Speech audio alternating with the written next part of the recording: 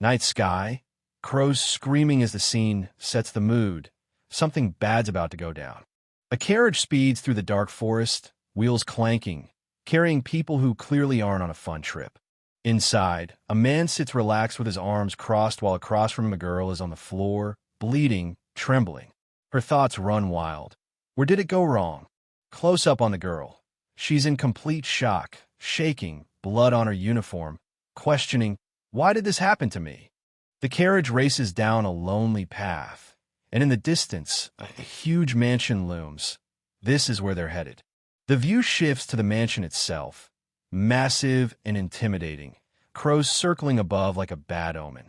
Outside, a maid reaches out to Areum, telling her to give her hand. Areum hesitates, still in shock, staring blankly as if she can't believe what's happening. The maid snaps at Areum, telling her to hurry up and get inside. Areum, still shaken and bleeding, stumbles her way through the huge doors. Inside the mansion, the crows keep cawing outside the tall windows while the two of them walk down a long, eerie hallway. Their footsteps echo, making the place feel even more ominous. The maid leads the way with a candle, completely calm, while Areum follows behind, quivering, holding herself together, every step heavy with fear and confusion. The maid stops at a large door, candle in hand, and tells Areum to go inside. Areum hesitates, nervous and stammering, not knowing what's waiting for her on the other side. The maid doesn't give her a choice. She shoves Areum straight into the room. Areum falls to the ground with a thud, the doors slamming shut behind her. Areum, trembling and terrified, closes her eyes and thinks to herself, No, I don't want to die. Meanwhile, the mansion looms under the night sky. Inside, the servants announce to their master, Lord Millard. One of the men bows respectfully, reporting that everything is ready. Millard doesn't even look up, calmly flipping through a book. Finally, we get the reveal. Millard Travis, the vampire lord himself, sitting in a grand office surrounded by candlelight. He closes his book and says coldly, Okay, I'll be right there. Areum curls up in the corner of the room, quietly sobbing, whispering that she's scared. Her thoughts race, I don't want to die, as she stares at the cold floor smeared with blood. She hugs herself tighter, trembling, her mind replaying how all of this even started. Her memory snaps back. On my way to school, Areum's memory shifts back. She was just walking to school like any other day, crossing the street with her bag in hand. The traffic light flashes red for pedestrians, but she steps forward anyway, not noticing the danger. Suddenly, a truck barrels toward her at full speed while she's still in the crosswalk, completely unaware. Areum freezes in the middle of the crosswalk as a truck blares its horn, headlights glaring straight at her. Her phone slips from her hand, the screen shattering as it hits the ground, her last tie to her old world breaking apart. The scene shifts suddenly. When she opens her eyes again, she's no longer in the city. She's surrounded by strangers in old-fashioned clothes, staring at her like she's something unnatural. The crowd gasps. The vampire opened its eyes. Where did it come from? Their voices rise in fear and suspicion. Areum sits on the ground, confused and panicking, stammering, Where am I? A man steps in, laughing it off, telling the crowd not to worry. He declares, she's a vampire slave. Areum's eyes widen in shock. What do you mean? But the man just barks, Get over here, kid. Areum finds herself locked in a dark cell, surrounded by prisoners screaming in agony. She clings to the bars, her thoughts spiraling. Where am I? Is this hell? Tears stream down her face as she grips the cold iron, breaking down completely. Did I fall into the depths of hell? The nightmare continues. She's dragged onto an auction stage. The crowd bids furiously until the price hits 130,000 pieces of gold. The announcer yells, Sold. Areum is handed over to new owners. The trader warns them, Duke Travis bought this vampire slave. Be careful with her. Meanwhile, Areum screams desperately, Help me. Areum begs desperately, crying out, I'm neither a vampire nor a slave. Please let me go. But her pleas are ignored, the man snapping back at her to shut up. His voice turns cold as he threatens, "If you don't shut up, I'll put a muzzle on you." The carriage bumps along the road. Areum, chained and trembling, looks across at the man sitting calmly, arms folded, watching her like prey. Their eyes meet. He stares at her with a piercing, cold glare, while Areum hiccups nervously, unable to hide her fear. The carriage rattles along the stone road. The man calmly says, "When you get to the house, you'll meet Lord Millard." His tone turns chilling. "If he doesn't like you, you'll be removed as a corpse." He smirks faintly, adding, "But if you gain his favor, you'll at least save your life." Areum, trembling in fear, clutches her tied hands tightly. The words echo in her mind. It's better to live, isn't it? The implication clear. Her survival depends entirely on Millard. Areum, still shaking, wipes her tears and convinces herself, "I'll just get him to like me." The heavy door creaks open. Areum turns her head nervously, heart pounding. And then he appears, tall, elegant, and intimidating. Millard Travis, the one and only vampire, steps inside with an aura that instantly fills the room. Lord Millard looks down at her, curious, and asks, "Why are you crouching there like that?" Areum crouches nervously on the floor, heart pounding. Ba-dump. She thinks, "I can tell immediately he's the master of the house." Areum's thoughts race. "I need to get him to like me in order to live." Her trembling eyes meet his calm, unreadable ones. Millard studies her face closely, his voice low and deliberate. Areum's heart tightens as she braces for whatever comes next. Millard flops onto the couch, looking chill. He tells Areum, "Come." Areum hesitates, moving slowly, nervous as hell. She's trembling inside, thinking, vampire. Flashback hits. The warning that Duke Millard drinks blood for meals. Areum freaks out her head. "Wait, he really drinks blood?" Lord Millard asks Areum if she can even speak. Nervously, she says yes. Millard relaxes, saying he was worried she wouldn't even answer him. He looks at her seriously and asks, "Are you a vampire?" Areum shakes her head, looking unsure, and mutters no, thinking to herself that's exactly what she wants to know too. Millard's eyes go cold. He snaps, "What?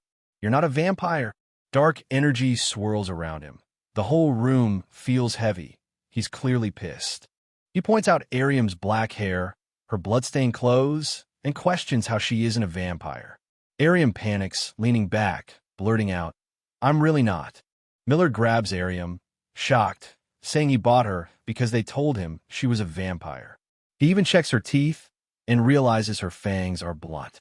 He circles her, studying her from every angle, still not convinced. Finally, Millard drops onto the couch, frustrated, saying he's speechless while Areum trembles on the floor. He mutters in disbelief, realizing he just spent 130,000 gold to buy a normal human. Millard calls Areum closer, and she nervously agrees, trying to act obedient. She slowly inches toward him, clearly terrified but forcing herself forward. Millard suddenly grabs her wrist, catching her off guard. He pulls her in, holding her close like he's about to test her. Their faces end up super close. Areum's heart is pounding like crazy as the tension spikes. Areum looks shocked as Duke Millard suddenly grabs her wrist tight. Her heart's racing, and Millard pulls her closer, baring his fangs. Before she can react, he sinks his teeth into her arm. Millard sinks his fangs into Areum's hand, drinking her blood. He gulps it down, eyes glowing red as the taste hits him. Suddenly, he shoves Areum back, almost like he's fighting himself after realizing something. Duke Millard suddenly gags and pushes Areum away, choking as if the blood is making him sick. Areum's panicked, not sure what's happening. He covers his mouth, furious and disgusted, saying her blood is the worst he's ever tasted, that it makes him want to vomit. Areum realizes he actually drank her blood. She curls up trembling, her mind racing with fear. She wonders if he's going to kill her now, just because her blood tastes bad. Millard looks pissed, saying if her blood tastes this bad, there's no way she's even human. He presses her, demanding, if she's not a vampire, Then what exactly is she? Areum's crying, trembling, swearing up and down that she really is human. Inside, she's freaking out, wondering how she's supposed to survive living with this monster. Millard looks down at Areum and goes, "What should I do with you?" while she collapses to the floor, terrified. Areum's thoughts are racing. "I don't want to die. What do I do?" She panics inside. "I have to say something, anything, before he decides to kill me." Areum panics and starts blurting out that she's really responsible. She brags about always placing top 3 in her exams and being good at reading and comprehension. She even adds that she's good at household chores, desperately trying to prove she's useful. Millard narrows his eyes, clearly suspicious, and asks what Areum is really trying to say. Areum gulps nervously, her body trembling as she steels herself. Finally, she bows deeply and declares she'll serve him well, calling him master. He looks at her, almost testing her, and asks if he's really her master. Areum, terrified but quick on her feet, says yes. He bought her for 130,000 gold, so he has to be. He admits he did pay that much, but then doubts if she's even worth the price he spent. He smirks and says he's got a better idea. He looks straight at Areum and casually drops, "I'll resell you." Areum's face freezes in shock. He explains coldly that it's more profitable to just send her back to the auction and cash in on her. Areum freaks out at the thought of being thrown back into an auction. She remembers the nightmare of being sold off, the voices shouting prices, the cage, trauma hitting hard. She drops to her knees, begging him not to send her back. Desperate, she blurts out that she's great at cleaning and laundry, trying anything to prove she's useful.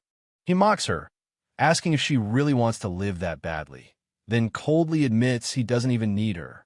Areum clenches her fists, standing up with fire in her eyes, refusing to back down. Furious, she snaps and shouts that fine, if he wants, he can go ahead and sell her. Areum, desperate, starts yelling that her blood could actually be useful, like poison, medicine, or even self-defense. She insists that anyone who buys her would be lucky, since the vampire is a duke and hated her blood.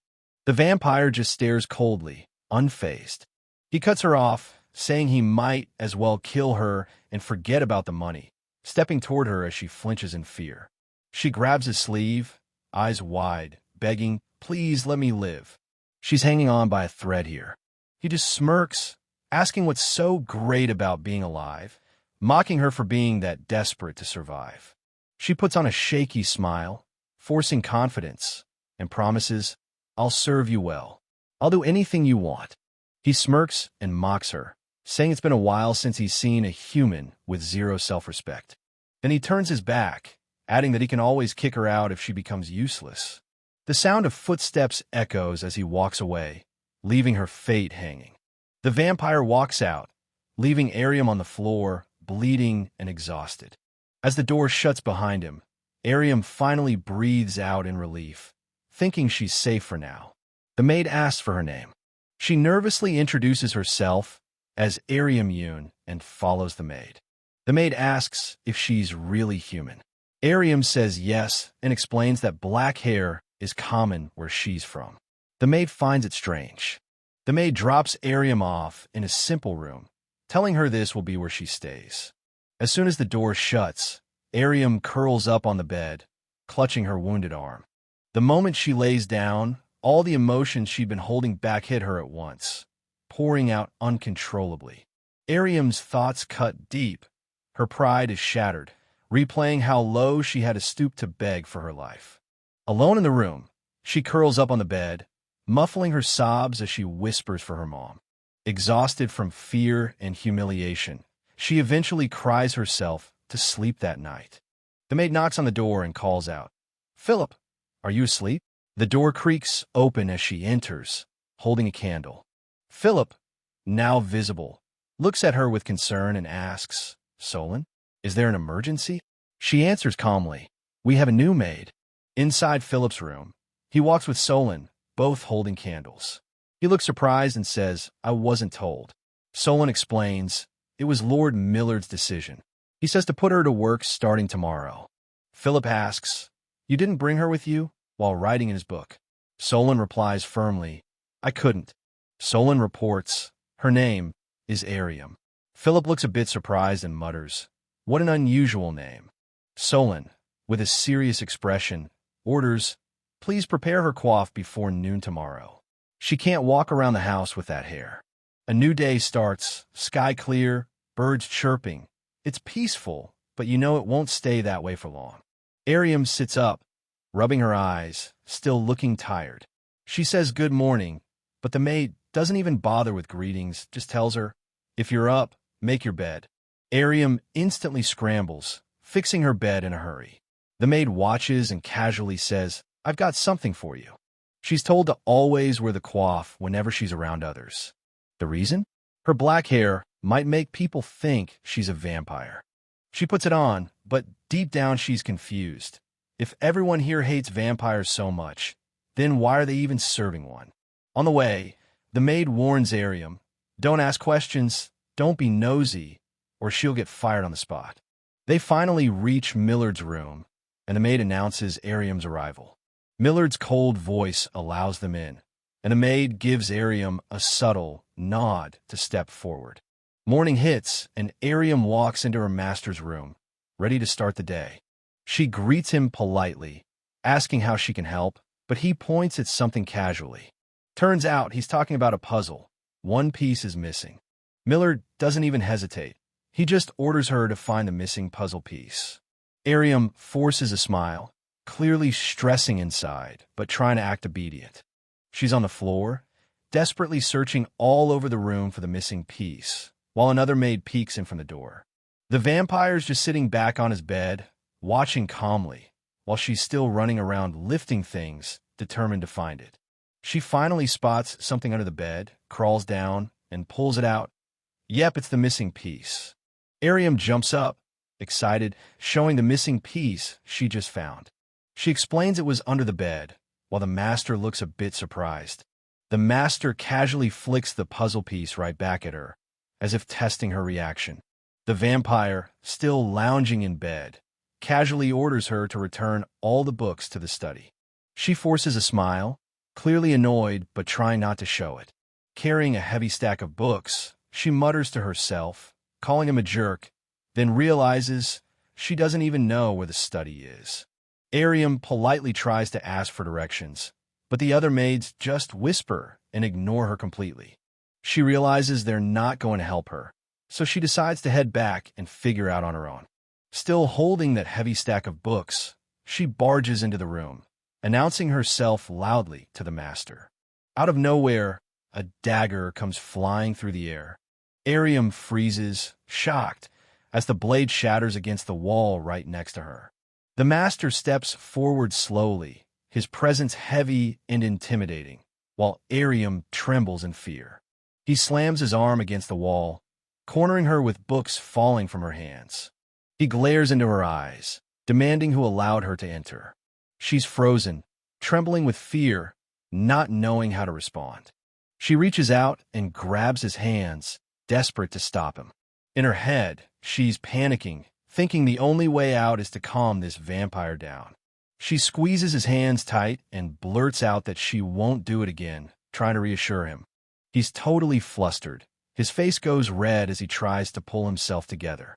But instead of admitting it, he snaps, telling her not to act dumb, and storms off. Then he turns back, asking if she even knows where the study is.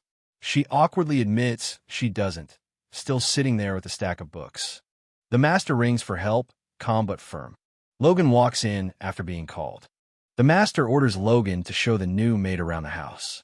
Logan bows slightly, answering respectfully, "Yes, my lord," while the maid looks up nervously.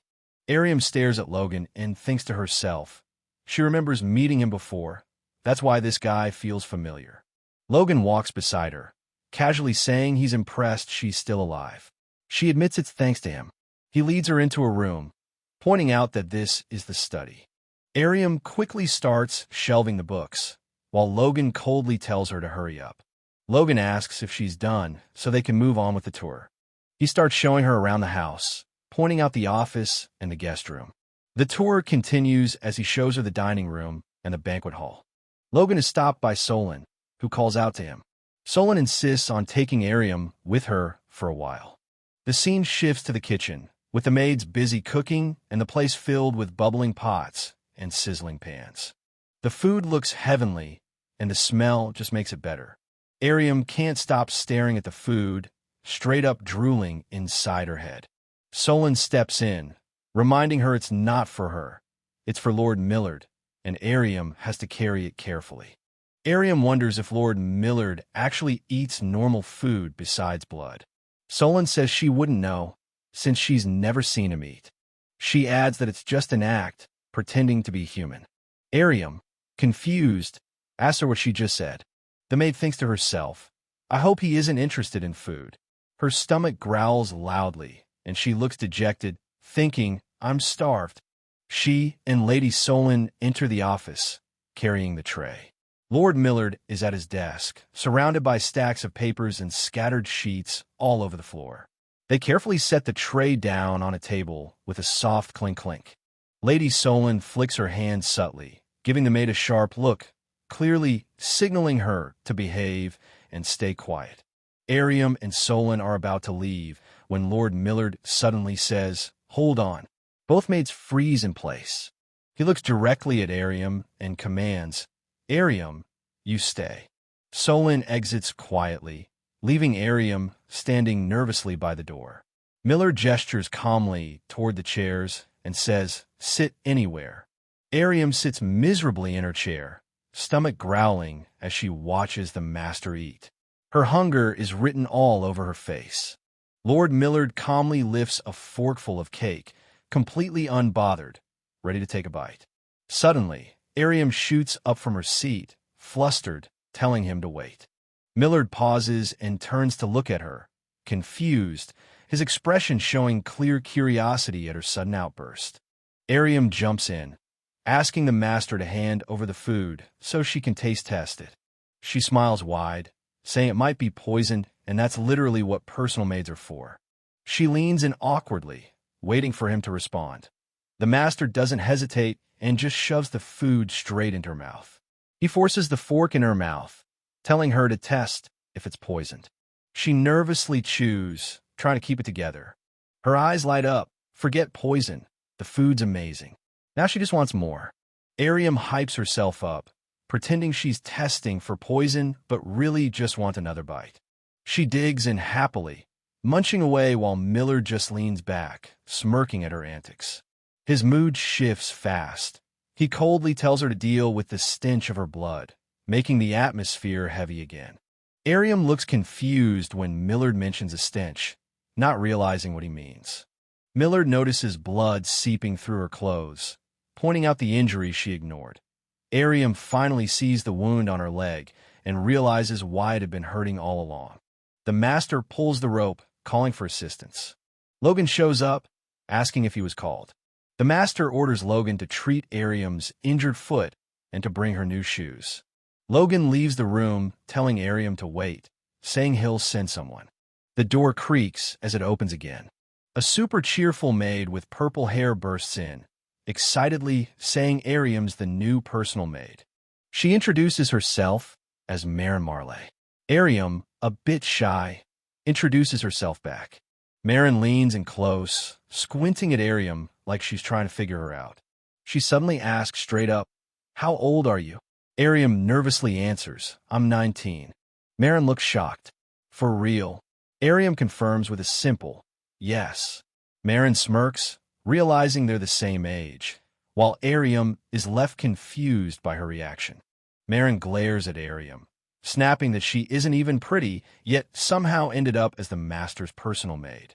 Her anger bursts out. She yells that she's been waiting 2 whole years for the position, and now Areum just swooped in and took it. She grabs Areum aggressively. Then, out of nowhere, Maren switches her mood and says she'll handle Areum's wound for her, smiling with that sudden shift. Areum is left totally confused by the quick change.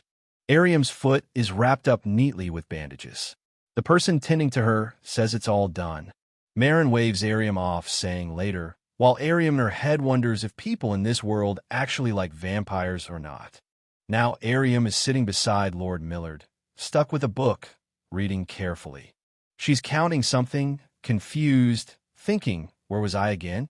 And questioning why Millard even made her do this. Flashback kicks in. A few hours earlier, Millard handed her the book and told her to count how many times Miller shows up. Areum is exhausted, face plants on the book, totally drained. She rubs her eyes, complaining they sting from reading too much. Areum jumps up, calling out to Lord Millard, ready to give her answer. Excited, she proudly announces the result. The name appeared 1068 times. Areum nervously asks if she messed up the count. Millard just stares at her, totally unreadable. Flashback hits, shows a kid sneaking around, clutching the exact same book Areum was counting from. Feels like this book has a shady past. Back to now, Millard finally speaks. He confirms Areum's answer. 1068 is correct. Morning hits the mansion. Birds are chirping outside, setting up a new day. Inside, the maids are asleep in their beds, the room quiet. Areum suddenly wakes up, her eyes wide open, instantly alert while everyone else is still asleep. Areum wakes up early again, realizing it's already been a week since she started living here. She's munching on bread in the kitchen, kind of getting used to this daily routine. Areum's eyes lock on some food being carried out. She's tempted, thinking, just one. Areum's rushing around with bread in her mouth, thinking she's already used to Lord Millard's temper. But then she pauses, realizing his temper is actually kind of wild. Millard casually orders her to bring a fresh cup, and it's not just once. Turns out, he made her repeat that task like 20 times. Areum's basically doing all kinds of random tasks, scrubbing books like they're sandpaper. Millard casually tosses something out the window and just goes, "Go get it." Errands? More like nonsense quests. Areum reflects. This is all just repetitive work, and all she really has to do is put up with Millard's moods. But then she thinks, maybe this isn't the worst job after all. Late at night, Lord Millard sits on his bed, looking heavy and weighed down by thoughts. He runs his hand over his face, clearly disturbed, like something's really bothering him deep down. Meanwhile, Areum is reflecting, noticing how Millard usually makes her redo tasks at least once. She wonders why he didn't this time, almost suspicious of the change. Areum notices Millard looking exhausted. She's like, "Master, you seem tired. Are you sick? Should I call a doctor?" Millard smirks at that suggestion. The idea of him needing a doctor almost sounds like a joke to him. Areum keeps pressing, though, asking if he's got a fever or if he feels nauseous. Millard just leans back with that calm expression and replies, "What do you think?" Areum sits on the floor next to Millard, worried. She's like, "Tell me where it hurts, Master. You look so pale. Please just answer me." Millard looks down at her with this tired but curious expression and asks, "Why are you trying so hard?" Areum gets nervous, scratching her cheek awkwardly. She says, "What do you mean, why?" "It's because I'm scared your temper will get worse if I don't." Millard thinks to himself, amused, noticing how hard she's overthinking. He finally says he's not sick, casually laying back down. Areum looks surprised, asking if that's really true. Millard changes the subject, telling her to go inform Solon to send someone to the Flora. Areum steps down the stairs, her footsteps echoing through the hall. The other maids spot her and instantly panic, whispering loudly and rushing away like they've seen trouble coming. She admits to herself that honestly, she's fine with it. Having everyone avoid her makes things a lot less complicated.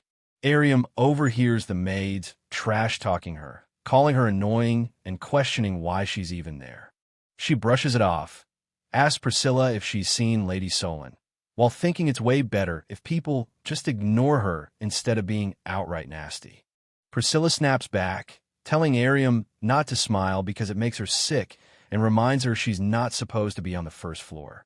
Areum brushes it off casually like, "Okay, you don't know, got it," while turning away. Meanwhile, the other maids fume, especially the redhead, who looks ready to explode. The angry maid finally snaps, grabbing Areum's head and trying to strike her. Areum smirks, already expecting this reaction, while the angry maid storms off yelling. Areum just walks away unbothered, while the others mutter that ignoring her would have been smarter. Areum knocks on Lady Solon's door. Solon opens it with a serious face, asking what's up. Areum delivers Millard's order. He wants her to send someone to the Flora. Solon agrees with a flat, okay. As they walk away, Areum's curiosity sparks. She wonders, what is the Flora? What do they even do there? Solon shuts her down cold. None of your business. Areum's left confused, clearly not satisfied with that answer. Someone knocks on the door of Lord Millard's room. Millard, lying on his bed, looking drained, tells him to come in. Areum steps in with a smile, saying she passed on his message to Lady Solon. Millard casually replies, okay. Curious, Areum asks him what the Flora actually is. Millard turns away, brushing it off coldly, saying a kid like her doesn't need to know. Night falls over the mansion, the moon hanging above as the scene shifts inside. Areum is reading aloud from a book, struggling to keep up. She coughs mid-sentence while reciting the dates of someone's life. She asks Millard if she can go grab a drink of water. But without hesitation, Millard shuts her down with a firm no, staring her down like it's not even an option. Areum tries to reason with Millard, saying her cracked voice will just mess up the reading. Millard straight up says he likes it. In fact, he'd prefer if she read with a totally raspy voice. Dude's got jokes. Areum's inner thoughts. Bastard. But out loud, she agrees and says she'll try. The maid knocks.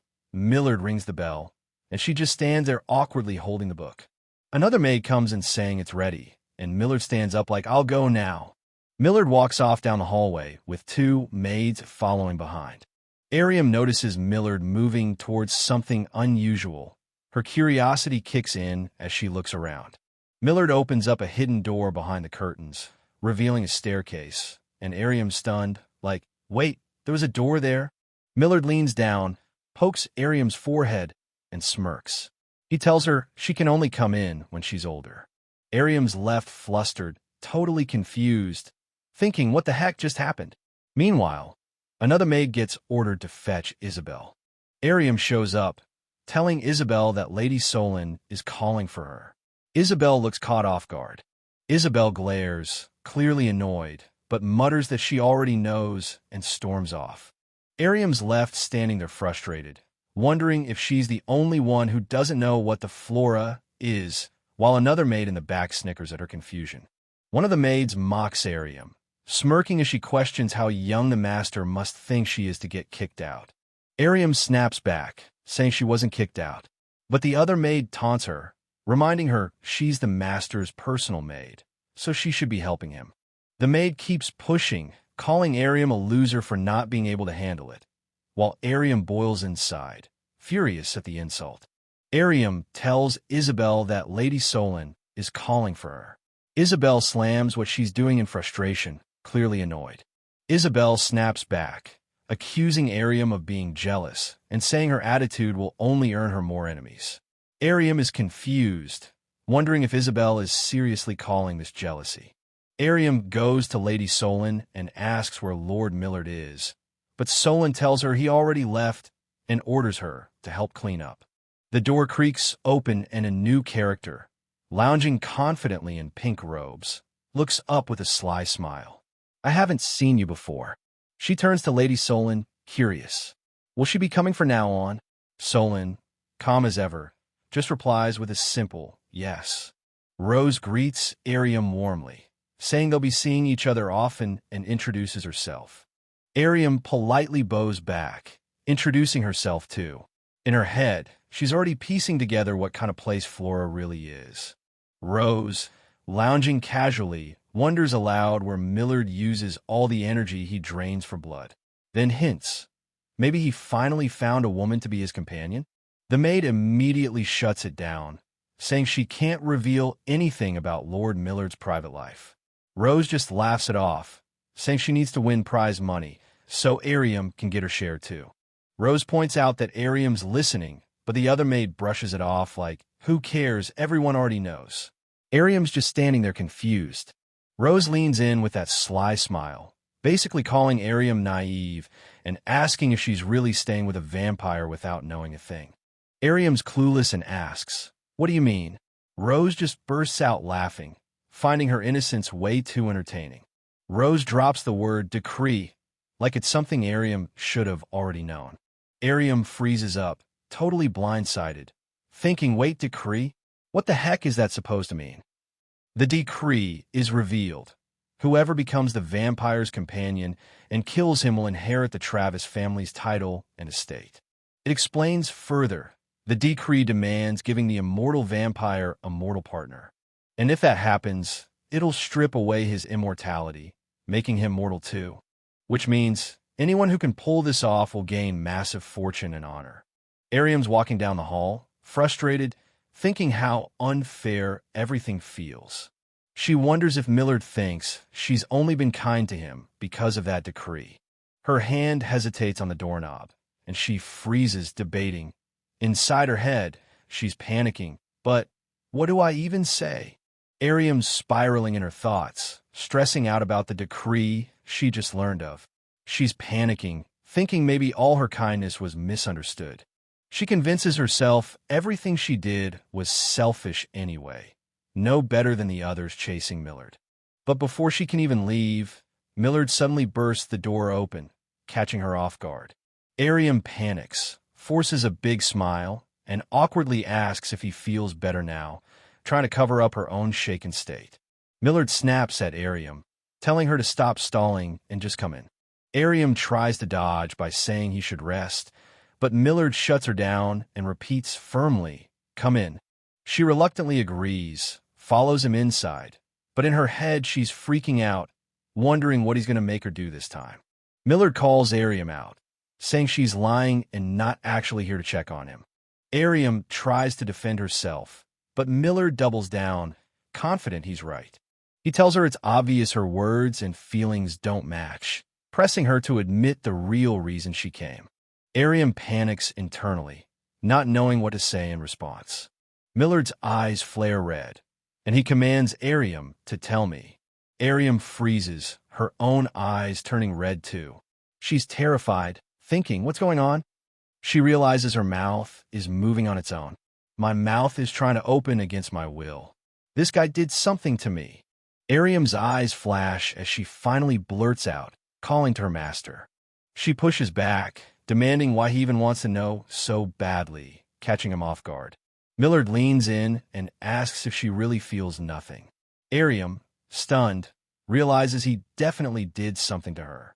Areum's trying to play it off with a smile, saying she's serving him out of her own free will. But Millard's icy glare says he's not buying it for a second. Areum's sweating, thinking there's no escape unless she spills the truth. Before she can react, Millard grabs her hand and pulls her along, telling her to come with him. Millard sits back on the bed, staring straight at Areum, telling her to spit it out. Areum fidgets nervously, blurting out that Rose told her about the decree and asking if he knew too. Millard casually answers yeah, while Areum panics inside, realizing the situation is even worse than she thought. Areum, flustered, explains that she only came because she was worried Millard might misunderstand her intentions. She insists she just learned about the decree today. Millard pauses, confused, staring at her with a questioning look.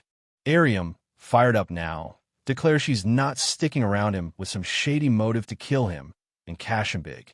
She's dead serious. The maid yells that she's not that kind of person, but before she can finish, the master lets out a small laugh. She's shocked, asking why he's laughing, while he's clearly amused.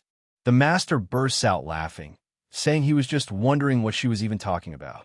Areum stares, confused, while he hides his face, laughing out of nowhere.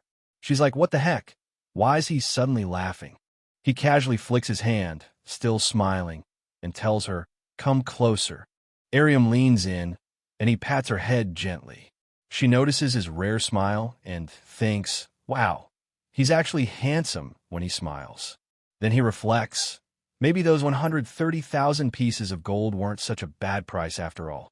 The maid excitedly shows off something to her master. She proudly reveals a paper crane she folded.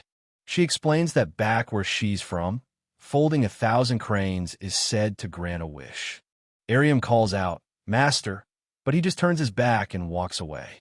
She looks down, all disappointed, thinking she totally failed at earning his favor. Suddenly, the door creaks open, building suspense. Boom! Some random dude walks in holding a massive stack of papers that's taller than him. Areum's stunned, while he calmly says, "Put it down."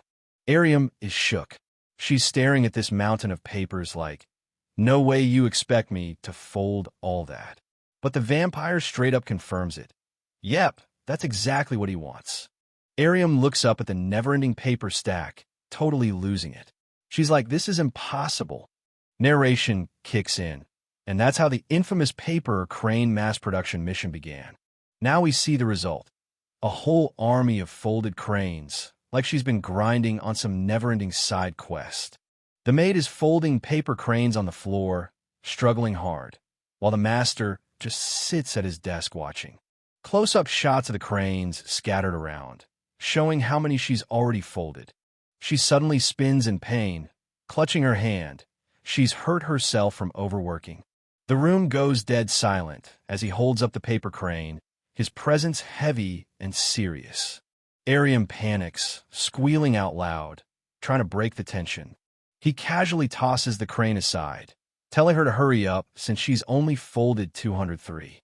Areum snaps back, telling him to get off the floor, but he looks at her blankly, genuinely wondering why it even matters.